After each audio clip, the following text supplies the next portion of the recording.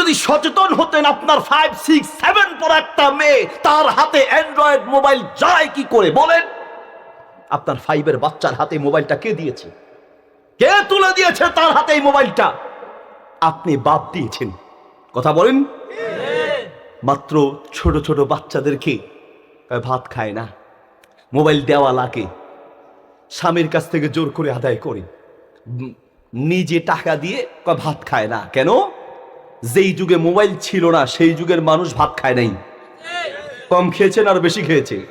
এখনো অনেক মুরব্বী এমন আছে, খেতে বসলে মাশাল্লাহ দেখি, আমি যদি 1 প্লেট খাই তার মধ্যে ওনার 3 প্লেট খাওয়া শেষ। কিন্তু হুজুর আপনি না খাইলে অসুবিধা নেই, আমরা খান বংশের লোক, খায়া বড় হয়েছি হুজুর, আপনি 1 বার খান আর 2 বার খান আপনার ব্যাপার, আমার 3 বার লাগবে। আছে না? আমাদের সাথে এক বয়স্ক কারি সাহেব ছিল, কষ্ট হচ্ছে আপনাদের? তো উনি মাঝে মাঝে আমাদের সাথে খেতে বসতেন,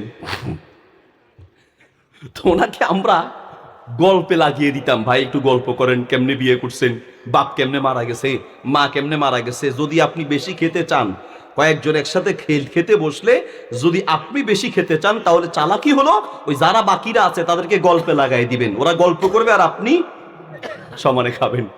কাঁঠাল চুরি করতে গেছে 2 চোর একসাথে, কাঁঠাল চুরি, গ্রামে তো এগুলো বেশি হয়, রস চুরি,